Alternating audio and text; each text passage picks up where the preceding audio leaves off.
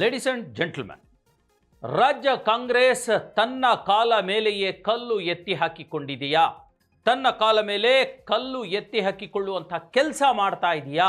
ತಾನು ನಿಂತಿರ್ತಕ್ಕಂಥ ಟೊಂಗೆಯನ್ನೇ ಕಡ್ಕೊಳ್ತಾ ಇದೆಯಾ ಅನ್ನುವಂಥ ಪ್ರಶ್ನೆ ಈಗ ಹುಟ್ಕೊಳ್ತಾ ಇದೆ. ನೋಡಿ, ಈಗಾಗಲೇ ನಿನ್ನೆಯಷ್ಟೇ ದಾವಣಗೆರೆ ಮತ್ತು ಬಾಗಲಕೋಟೆ ಬೈ ಎಲೆಕ್ಷನ್ನಲ್ಲಿ ಒಂದು ನಾಮಿನೇಷನ್ ಫೈಲಿಂಗ್ ಆಗಿದೆ ಅಲ್ವಾ? ನಾಮಪತ್ರ ಒಂದು ದಾಖಲು ಮಾಡುವಂಥ ಕೆಲಸ ಆಗಿದೆ ಬೈ ಎಲೆಕ್ಷನ್ಗಾಗಿ, ಉಪಚುನಾವಣೆಗೆ. ಆದರೆ ಬಾಗಲಕೋಟೆ ಕಥೆ ಒಂದು ಕಡೆ ಆದರೆ, ದಾವಣಗೆರೆಯಲ್ಲಿ ಆಗಿರ್ತಕ್ಕಂಥ ಒಂದು ದೊಡ್ಡ ಮಟ್ಟದ ಬಂಡಾಯ ಇದೆಯಲ್ಲ, ಇದು ಕಾಂಗ್ರೆಸ್ ಪಕ್ಷವನ್ನು ನಾಶದತ್ತ ದೂಡುತ್ತಾ, ಕಾಂಗ್ರೆಸ್ ಪಕ್ಷಕ್ಕೆ ದೊಡ್ಡ ಮಟ್ಟದ ಪಾಠವನ್ನು ಕಲಿಸುತ್ತಾ ಅನ್ನುವಂಥ ಪ್ರಶ್ನೆ ಈಗ ಹುಟ್ಕೊಂಡಿದೆ. ಯಾಕಂದರೆ ಕಾಂಗ್ರೆಸ್ಗೆ ದೊಡ್ಡ ಮಟ್ಟದಲ್ಲಿ ವೋಟ್ ಬ್ಯಾಂಕ್ ಅಂತ ಇರೋದು ಬಹಳ ಪ್ರಮುಖವಾಗಿ ಎರಡು ಸಮುದಾಯಗಳು, ಒಂದು ದಲಿತ ಸಮುದಾಯ, ಒಂದು ಅಲ್ಪಸಂಖ್ಯಾತ ಮುಸಲ್ಮಾನ್ ಸಮುದಾಯ ಅಲ್ವಾ? ಈಗ ಉಳ್ಕೊಂಡಿರ್ತಕ್ಕಂಥದ್ದು. ಹಾಗಾಗಿ ಅವರನ್ನೇ ಮೋಸ ಮಾಡುವಂಥ ಅಥವಾ ಅವರನ್ನು ನಿರ್ಲಕ್ಷ್ಯಕ್ಕೆ ದೂಡುವಂಥ ಕೆಲಸಕ್ಕೆ ಕಾಂಗ್ರೆಸ್ ಪಕ್ಷ ಮುಂದಾಗ್ಬಿಡ್ತಲ್ಲ, ಅದರ ಪರಿಣಾಮ ಏನಾಗುತ್ತೆ? ಹಾಗಾದರೆ ಮುಸಲ್ಮಾನ್ ನಾಯಕರು, ಮತದಾರರು ಸುಮ್ಮನೆ ಇರ್ತಾರಾ? ಈ ಬಂಡಾಯ ಕೇವಲ ದಾವಣಗೆರೆಗೆ ಅಷ್ಟೇ ಸೀಮಿತವಾ? ಇಡೀ ರಾಜ್ಯದ ತುಂಬ ಇದು ಹರಡತ್ತಾ? ಮುಂದಿನ 2028ರ ಚುನಾವಣೆಯಲ್ಲಿ ಕಾಂಗ್ರೆಸ್ ಪಕ್ಷಕ್ಕೆ ಮುಸಲ್ಮಾನ್ ಮತದಾರರು ಕೈ ಕೊಡ್ತಾರಾ, ತಕ್ಕ ಪಾಠ ಕಲಿಸ್ತಾರಾ ಅನ್ನುವಂಥ ಪ್ರಶ್ನೆಗಳು ಈಗ ಇಡೀ ರಾಜ್ಯದ ತುಂಬ ಹುಟ್ಕೊಂಡಿದೆ. ಹಾಗಾಗಿ ಏನಾಗ್ಬೋದು ಭವಿಷ್ಯದಲ್ಲಿ ಅನ್ನೋದ್ರ ಕುರಿತಂತೆ ನಾನು ನಿಮ್ಮ ಮುಂದೆ ಚರ್ಚೆ ಮಾಡ್ತಾ ಇದ್ದೀನಿ. ನೀವು ನೋಡ್ತಾ ಇದ್ದೀರಾ ನೆಲ ಜಲ ಭಾಷೆಗಾಗಿ ಪ್ರಾಮಾಣಿಕ ಪತ್ರಿಕೋದ್ಯಮ, ನಿಮ್ಮ ಫೋಕಸ್ ಟಿವಿ. ಇದು ಎಕ್ಸ್ಪ್ಲೇನರ್, ನಾನು ಹಬೀಬ್ ದಂಡಿ. ಎಸ್ ವೀಕ್ಷಕರೇ, ದಾವಣಗೆರೆ ದಕ್ಷಿಣ ಕ್ಷೇತ್ರಕ್ಕೆ ಅಂತೂ ಇಂತೂ ನಾಮಿನೇಷನ್ ಫೈಲ್ ಆಗಿದೆ. ಎಸ್ ಮಲ್ಲಿಕಾರ್ಜುನ್ ಅವರ ಪುತ್ರ, ಪ್ರಭಾ ಮಲ್ಲಿಕಾರ್ಜುನ್ ಅವರ ಪುತ್ರ, ಶಾಮನೂರು ಶಿವಶಂಕರಪ್ಪನವರ ಮೊಮ್ಮಗ ಕೂಡ ಆಗಿರ್ತಕ್ಕಂಥ ಸಮರ್ಥ ಮಲ್ಲಿಕಾರ್ಜುನ್ ನಿನ್ನೆಯಷ್ಟೇ ನಾಮಪತ್ರವನ್ನು ಅವರು ಸಲ್ಲಿಸಿಬಿಟ್ಟಿದ್ದಾರೆ ಅಲ್ವಾ? ಚುನಾವಣೆಗೆ ಉಮೇದುವಾರಿಕೆಯನ್ನು ಸಲ್ಲಿಸಿಬಿಟ್ಟಿದ್ದಾರೆ. ಈ ಕುರಿತಂತೆ ಕಳೆದ 15-20 ದಿನಗಳಿಂದ ಉಂಟಾಗಿದ್ದ ದೊಡ್ಡ ಮಟ್ಟದ ಬಂಡಾಯ ಇದೆಯಲ್ಲ, ಅದು ಸ್ಫೋಟಗೊಂಡಿದೆ. ಅಲ್ಲಿರ್ತಕ್ಕಂಥ ಏನು ಅಲ್ಪಸಂಖ್ಯಾತ ಮತದಾರರು, ಪ್ರಮುಖವಾಗಿ ಮುಸಲ್ಮಾನ್ ಮತದಾರರು ದೊಡ್ಡ ಮಟ್ಟದಲ್ಲಿ ಕಾಂಗ್ರೆಸ್ ಪಕ್ಷದ ವಿರುದ್ಧ, ಶಾಮನೂರು ಶಿವಶಂಕರಪ್ಪನವರ ಫ್ಯಾಮಿಲಿಯ ವಿರುದ್ಧ ಮತ್ತು ಈ ವಂಶವಾಹಿ ಫ್ಯಾಮಿಲಿ ಇದೆಯಲ್ಲ, ಕುಟುಂಬ ರಾಜಕಾರಣದ ವಿರುದ್ಧ ಎಲ್ಲವೂ ಕೂಡ ಅವರು ಸಿಡಿದು ಬಿದ್ದಿರ್ತಕ್ಕಂಥದ್ದು. ಅವ್ರು ಕೇಳ್ತಾ ಇರೋದು ಒಂದೇ ಪ್ರಶ್ನೆ, ದಾವಣಗೆರೆಯ ಅಲ್ಪಸಂಖ್ಯಾತ ಮತದಾರರು ಕೇಳ್ತಾ ಇರ್ತಕ್ಕಂಥದ್ದು ಒಂದೇ ಪ್ರಶ್ನೆ: ನಾವು ಕೇವಲ ಇವರು ನಮ್ಮನ್ನು ಮೆಟ್ಟಿಲುಗಳನ್ನಾಗಿ ಮಾಡಿಕೊಂಡು ಮೇಲೆ ಹತ್ತು ಹೋಗೋಕ್ಕಿರುವಂಥ ಮೆಟ್ಟಿಲುಗಳಷ್ಟೇನಾ, ನಾವು ಕಾಲಲ್ಲಿ ಹಾಕಿಕೊಂಡು ಸವಿಸೋದಕ್ಕೆ ಇರ್ತಕ್ಕಂಥ ಪಾದರಕ್ಷೆಗಳಷ್ಟೇನಾ, ನಾವು ನಮಗೆ ಅಸ್ತಿತ್ವ ಇಲ್ವಾ ಅನ್ನುವಂಥ ಪ್ರಶ್ನೆಯನ್ನು ಕೇಳ್ತಿದ್ದಾರೆ. ನಮ್ಮ ಅಸ್ತಿತ್ವಕ್ಕೆ, ಸ್ವಾಭಿಮಾನಕ್ಕೆ ಬೆಲೆ ಏನು ಸಿಗ್ತಾ ಇದೆ ಅನ್ನುವಂಥ ಪ್ರಶ್ನೆಯನ್ನು ಕೇಳ್ತಾ ಇದ್ದಾರೆ. ಇವತ್ತು ದಾವಣಗೆರೆಯ ಅಲ್ಪಸಂಖ್ಯಾತ ಮತದಾರರು, ಮುಸಲ್ಮಾನ್ ಮತದಾರರು ಸಿಡಿದೆದ್ದಿದ್ದಾರೆ, ರೊಚ್ಚಿಗೆದ್ದಿದ್ದಾರೆ, ಬಂಡಾಯ ಎದ್ದಿದ್ದಾರೆ.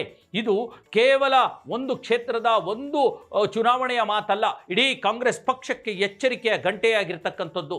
ನೋಡಿ, ಮೊನ್ನೆಯಷ್ಟೇ ರಣದೀಪ್ ಸಿಂಗ್ ಸುರ್ಜೇವಾಲಾ ಒಂದು ಮಾತನ್ನು ಹೇಳಿಬಿಟ್ರು: ನಮ್ಮ ಕಾಂಗ್ರೆಸ್ ಪಕ್ಷ ಯಾವುದೇ ಸಮುದಾಯವನ್ನು ನೆಚ್ಚಿಕೊಂಡಿಲ್ಲ, ಎಲ್ಲ ಸಮುದಾಯದವರು ನಮಗೆ ಬೇಕು ಅನ್ನುವಂಥ ಮಾತನ್ನ ರಣದೀಪ್ ಸಿಂಗ್ ಸುರ್ಜೇವಾಲಾ, ಕೆಪಿಸಿಸಿಯ ಉಸ್ತುವಾರಿ, ಹೇಳಿಬಿಟ್ರು ಅಲ್ವಾ? ಈಗ ವಾಸ್ತವ ಹಂಗಿದೆಯಾ?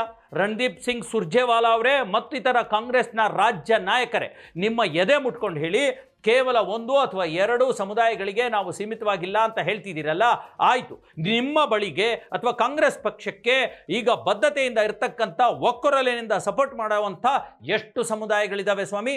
ಹೇಳಿ, ಲಿಸ್ಟ್ ಹೇಳ. ಲಿಂಗಾಯತರು ಕಾಂಗ್ರೆಸ್ ಪಕ್ಷದ ಪರವಾಗಿದ್ದಾರಾ? ಎಷ್ಟು % ಹಾಕ್ತಾರೆ ಲಿಂಗಾಯತರು? ಇಡೀ ಲಿಂಗಾಯತ ಸಮುದಾಯ BJP ಪರವಾಗಿ ನಿಂತಿರ್ತಕ್ಕಂಥದ್ದು. ಅದು ನಿಂತು ಎಷ್ಟು ದಶಕಗಳಾಗೋಯ್ತು.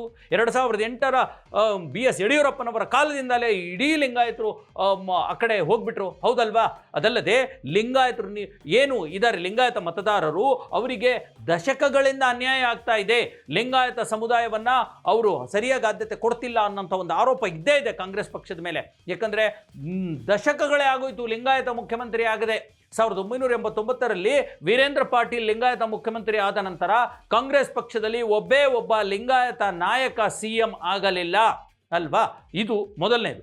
ಎರಡನೇದು, ಇನ್ಯಾರಿದ್ದಾರೆ ನಿಮಗೆ? ದಲಿತ ಎಡಗೈ ನಾಯಕರಿದ್ದಾರಾ?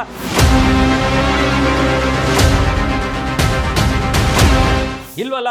ದಲಿತ ಎಡಗೈ ಮತದಾರರು ಈಗಾಗಲೇ ಬಿಜೆಪಿಗೆ ಶಿಫ್ಟ್ ಆಗ್ತಿದ್ದಾರೆ, JDSಗೆ ಶಿಫ್ಟ್ ಆಗ್ತಿದ್ದಾರೆ. ಯಾಕೆ ಹೇಳಿ, ನೀವು ಒಳ ಮೀಸಲಾತಿಯಲ್ಲಿ ಅವರಿಗೆ ಅನ್ಯಾಯ ಮಾಡ್ತಿದ್ದೀರಲ್ವಾ. ಹಾಗಾಗಿ ಈ ದಲಿತರ ಒಂದು ಭಾಗವೂ ಕೂಡ ಈಗ ಶಿಫ್ಟ್ ಆಗಿರ್ತಕ್ಕಂಥದ್ದು. ಆಯ್ತಾ, ಇನ್ನು ಎಷ್ಟು ಜನ ಬೇಕು? ಈಗಾಗಲೇ ಬ್ರಾಹ್ಮಣರು ನಿಮ್ಮ ಜೊತೆಗೆ ಇಲ್ಲ, ಅಥವಾ ಮೇಲ್ವರ್ಗದವರು ಯಾರು ಕೂಡ ನಿಮ್ಮ ಜೊತೆಗಿಲ್ಲ, ಅವರೆಲ್ಲರೂ ಕೂಡ ಬಿಜೆಪಿ ಕಡೆಗೆ ಹೋಗಿರ್ತಕ್ಕಂಥದ್ದು.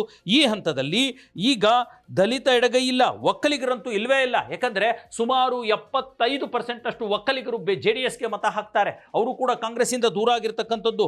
ಹಾಗಾಗಿ ಈಗಿರ್ತಕ್ಕಂಥ ಬಹುದೊಡ್ಡ ಸಮುದಾಯ ಆಗಿರ್ತಕ್ಕಂಥ ಮುಸಲ್ಮಾನರನ್ನು ಕೂಡ ಕಡೆಗಣಿಸೋದ್ರ ಮೂಲಕ ಮುಸಲ್ಮಾನ್ ಸಮುದಾಯವನ್ನ, ಆ ಮತಗಳನ್ನು ಕೂಡ ಕಾಂಗ್ರೆಸ್ ಪಕ್ಷ ದೂರ ಮಾಡ್ಕೊಳ್ತಾ ಇದೆ. ಇದು ದೊಡ್ಡ ಮಟ್ಟದಲ್ಲಿ ಹೊಡೆತ ಕೊಡಲಿದೆ ಅನ್ನುವಂಥದ್ದು ಇಂದಿನ ವಾಸ್ತವ ಪರಿಸ್ಥಿತಿ. ಸಮರ್ಥ್ ಮಲ್ಲಿಕಾರ್ಜುನ್ ವಿರುದ್ಧ ಅಲ್ಲಿರ್ತಕ್ಕಂಥ ಪೈಲ್ವಾನ್ ಸಾದಿಕ್ ಅವರು ಈಗಾಗಲೇ ನಾಮಿನೇಷನ್ ಮಾಡಿದ್ದಾರೆ. ಅಷ್ಟೇ ಅಲ್ಲದೆ ಅಲ್ಲಿ ಅಬ್ದುಲ್ ಜಬ್ಬಾರ್ ಅಂತ MLC ಇದ್ರು, ಅವರು ಕೂಡ ಟಿಕೆಟ್ ಆಕಾಂಕ್ಷಿಯಾಗಿದ್ರು, ಅವರನ್ನ ನೆಗ್ಲೆಕ್ಟ್ ಮಾಡಲಾಗಿದೆ. ಸೈಯದ್ ಖಾಲಿದ್ ಅನ್ನೋರು ಇದ್ದಾರೆ, ಮುಜಮಿಲ್ ಹುಸೇನ್ ಅನ್ನೋಂಥವ್ರು ಇದ್ದಾರೆ. ಇಂಥ ಸ್ಥಳೀಯ ನಾಯಕರನ್ನು ಕೂಡ ನೆಗ್ಲೆಕ್ಟ್ ಮಾಡಲಾಗಿದೆ. ಇದಷ್ಟೇ ಅಲ್ಲದೆ ಅಲ್ಲಿ JDSನ ಮಾಜಿ MLA ಕ್ಯಾಂಡಿಡೇಟ್ ಇದ್ರು ಅಮಾನುಲ್ಲಾ ಖಾನ್ ಅಂತ, ಅವರು ಕೂಡ ಅಲ್ಪಸಂಖ್ಯಾತರಿಗೆ ಟಿಕೆಟ್ ಕೊಡಬೇಕು, ದಾವಣಗೆರೆಯಲ್ಲಿ ಒಬ್ಬ ಅಲ್ಪಸಂಖ್ಯಾತ ನಾಯಕ ಬರಬೇಕು ಅನ್ನೋಂಥ ಒಂದು ಮಾತನ್ನು ಹೇಳಿದ್ರು. ಯಾವ ತರಹದ ಅವರು ಕೂಡ ಸಪೋರ್ಟ್ ಕೊಡುವಂಥ ಸಾಧ್ಯತೆ ಇತ್ತು, ಯಾಕಂದರೆ JDS ಕಂಟೆಸ್ಟ್ ಮಾಡ್ತಾ ಇಲ್ಲ ಅಲ್ಲಿ. ಹಾಗಾಗಿ ಇದು ಎಲ್ಲೋ ಒಂದು ಕಡೆ ಕಾಂಗ್ರೆಸ್ಗೆ ಎಚ್ಚರಿಕೆಯ ಗಂಟೆ. ನೋಡಿ, ಕಾಂಗ್ರೆಸ್ನಲ್ಲಿ ಈಗಿರ್ತಕ್ಕಂಥ ಜನಸಂಖ್ಯೆ ಆಧಾರದಲ್ಲಿ ಕೊಡೋದಾದರೂ ಮುಸಲ್ಮಾನರಿಂದ 35ರಿಂದ 40 ಜನ ಶಾಸಕರು ಇರಬೇಕು.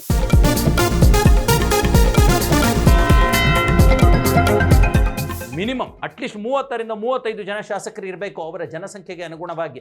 ಆದರೆ ಈಗಿರ್ತಕ್ಕಂಥವ್ರು ಎಷ್ಟು? 7-8 ಜನ ಇದ್ದಾರೆ ಅಷ್ಟೇ ಅಲ್ವಾ? ಅಷ್ಟು ಸಾಕ? ಆಯಿತು. ಈಗ ಶಿಗ್ಗಾವಿನಲ್ಲಿ ಹೇಗೆ ಗೆಲ್ಲಿಸ್ಕೊಂಡು ಬಂದ್ರಿ? ಅಲ್ಲಿ ಬಸವರಾಜ ಬೊಮ್ಮಾಯಿ ವಿರುದ್ಧನೇ ಒಬ್ಬ ಅಲ್ಪಸಂಖ್ಯಾತ ವ್ಯಕ್ತಿ ಗೆದ್ದು ಬರಲಿಲ್ವಾ? ಇಲ್ಲೂ ಕೂಡ ಕೊಡಬಹುದಾಗಿತ್ತಲ್ವಾ? ಒಂದು ಮಾತು ಕೇಳಿ ಬರ್ತಾ ಇದೆ, ಒಂದು ಟಿಕೆಟ್ಗೋಸ್ಕರ 4 ವಿಕೆಟ್ಗಳನ್ನು ಕಾಂಗ್ರೆಸ್ ಪಕ್ಷ ಕಳ್ಕೊಳ್ತಾ ಇದೆ.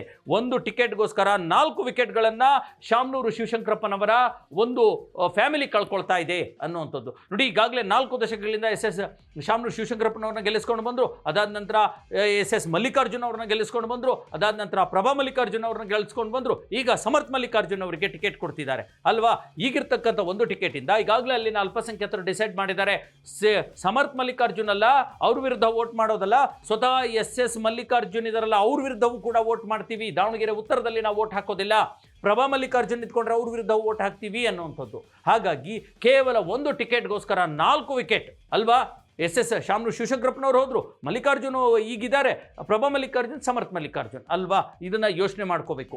ಇನ್ನೊಂದು, ಯಾಕೆ ಹೈಕಮಾಂಡ್ ಇಷ್ಟೊಂದು ವೀಕ್ ಆಗಿರ್ತಕ್ಕಂಥದ್ದು? ಕಾಂಗ್ರೆಸ್ ಹೈಕಮಾಂಡ್ಗೆ ಇದು ಗೊತ್ತಾಗ್ತಾ ಇಲ್ವಾ? ವೋಟ್ ಬ್ಯಾಂಕನ್ನು ರಕ್ಷಣೆ ಮಾಡೋಕ್ಕಾಗ್ತಾ ಇಲ್ವಾ? ನೋಡಿ, ಇವತ್ತು ನಾಮಿನೇಷನ್ ಫೈಲ್ ಮಾಡಲಿಕ್ಕೆ ಜಮೀರ್ ಅಹಮದ್ ಹೋಗಿಲ್ಲ ಅಲ್ವಾ? ಇದು ಒಂದು ರೀತಿಯ ಪ್ರತಿಷ್ಠೆಯ ಕಣ ಆಗಿಬಿಟ್ಟಿದೆ. ಒಂದು ರೀತಿ ಜಮೀರ್ ಅಹಮದ್ ಮತ್ತು DK ಶಿವಕುಮಾರ್ ನಡುವಿನ ಪ್ರತಿಷ್ಠೆಯ ಕಣ ಆಗಿಬಿಟ್ಟಿದೆ. ಏನು ಮಾಡೋಕ್ಕಾಗ್ತಾ ಇಲ್ಲ ಆ ಪರಿಸ್ಥಿತಿ. ಜಮೀರ್ ಅಹಮದ್ ಖಾನ್ ನಾನು ರಿಸೈನ್ ಮಾಡ್ತೀನಿ ಅನ್ನೋ ಮಟ್ಟಕ್ಕೂ ಹೋಗ್ಬಿಟ್ರು ಅಲ್ವಾ? ಈಗ DK ಶಿವಕುಮಾರ್ ಅವರೂ ಕೂಡ ಹಠ ಹಿಡಿದು ಬಿಟ್ಟಿದ್ದಾರೆ. ಶತಾಯಗತಾಯ ತಮ್ಮ ಬೆಂಬಲಿಗ ಆಗಿರ್ತಕ್ಕಂಥ ಮಲ್ಲಿಕಾರ್ಜುನ್ ಅವ್ರ ಕುಟುಂಬಕ್ಕೆ ಟಿಕೆಟ್ ಕೊಡಿಸ್ಬೇಕು, ಗೆಲ್ಲಿಸ್ಕೊಂಡು ಬರಬೇಕು, ನನ್ನ ಒಂದು ಸಾಮರ್ಥ್ಯವನ್ನು ಸಾಬೀತು ಮಾಡಬೇಕು ಅನ್ನುವಂಥದ್ದು ಅವರ ಹಠ. ಆದರೆ ಹೊಡೆತ ಬೀಳ್ತಾ ಇರತಕ್ಕಂಥದ್ದು ವೋಟ್ ಬ್ಯಾಂಕ್ ಮೇಲೆ. 2028ಕ್ಕೆ ದೊಡ್ಡ ಮಟ್ಟದ ಒಂದು ಪಾಠ ಕಲಿಸಲಿಕ್ಕೆ ಅಲ್ಪಸಂಖ್ಯಾತರು ರೆಡಿಯಾಗಿದ್ದಾರೆ. ಇದು ಕೇವಲ ನಾನು ಹೇಳಿದಾಗೆ ದಾವಣಗೆರೆ ಒಂದು ಕ್ಷೇತ್ರಕ್ಕೆ ಅಷ್ಟೇ ಅಲ್ಲ, ಇಡೀ ರಾಜ್ಯದ ತುಂಬೆಲ್ಲ ಅಲ್ಪಸಂಖ್ಯಾತ ಮತದಾರರು ಎಚ್ಚೆತ್ತುಕೊಂಡಿದ್ದಾರೆ. ಕಾಂಗ್ರೆಸ್ ಪಕ್ಷ ದಶಕಗಳಿಂದ, ಸ್ವಾತಂತ್ರ್ಯ ನಂತರದಿಂದ ಇಲ್ಲಿವರೆಗೂ ಹೇಗೆ ಕೇವಲ ವೋಟ್ ಬ್ಯಾಂಕ್ ಆಗಿ ಬಳಕೆ ಮಾಡ್ಕೊಂಡು ಬಂದಿದೆ, ಹೀಗೆ ನಮ್ಮನ್ನು ಬಳಕೆ ಮಾಡ್ಕೊಳ್ಳುತ್ತೆ. ನಾವೊಂದು ಪ್ರತ್ಯೇಕ ರಾಜಕೀಯ ಅಸ್ತಿತ್ವವನ್ನು ಕಂಡ್ಕೋಬೇಕು ಅನ್ನುವಂಥ ಚಿಂತನೆ ಶುರುವಾಗಿದೆ.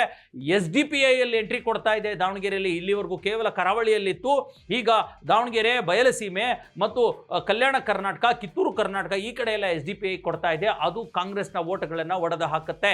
ಆಪ್ ಬಂದಿತ್ತು, ಬೇರೆ ಬೇರೆ ಪಕ್ಷಗಳು ಕೂಡ ವೋಟ್ ಹೊಡೆದಾಕಕ್ಕೆ ಬಂದಿದ್ದು. ಈಗ ಕಾಂಗ್ರೆಸ್ನವರು ಸ್ವತಃ ತಮ್ಮ ಕಾಲ ಮೇಲೆ ತಾವು ಎತ್ತಿ ಹಾಕಿಕೊಂಡಿದ್ದಾರೆ.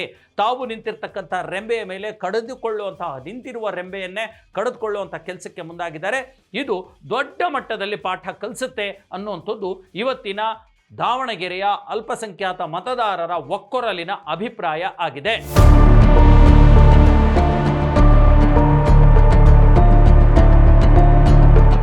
ಎಸ್ ವೀಕ್ಷಕರೇ, ನೋಡಿ ಈಗ ಒಂದು ಮಾತು ದಾವಣಗೆರೆ ಅಲ್ಪಸಂಖ್ಯಾತ ಮತದಾರರು ಕೇಳ್ತಾ ಇರ್ತಕ್ಕಂಥದ್ದು, ಸುಮಾರು 85,000 88,000 ಅಲ್ಲಿ ಮತದಾರರಿದ್ದಾರೆ. ಅವ್ರು ಕೇಳುವಂಥದ್ದು ನೋಡಿ, ಈಗ ಶಾಮನೂರು ಶಿವಶಂಕರಪ್ಪನವರು ಕಾಂಗ್ರೆಸ್ ಪಕ್ಷಕ್ಕೆ ದೊಡ್ಡ ಕೊಡುಗೆಯನ್ನು ಕೊಟ್ಟಿದ್ದಾರೆ, ಓಕೆ, ನೋ ಡೌಟ್. ಅದಕ್ಕೆ ಸಮರ್ಥವಾದ, ಸಮನಾದ, ಅದಕ್ಕಿಂತ ಕೊಡುಗೆಗಿಂತ ಹೆಚ್ಚಿನದನ್ನು ಅಧಿಕಾರ ಎಲ್ಲವನ್ನೂ ಕೂಡ ಅನುಭವಿಸಿದ್ದಾರೆ.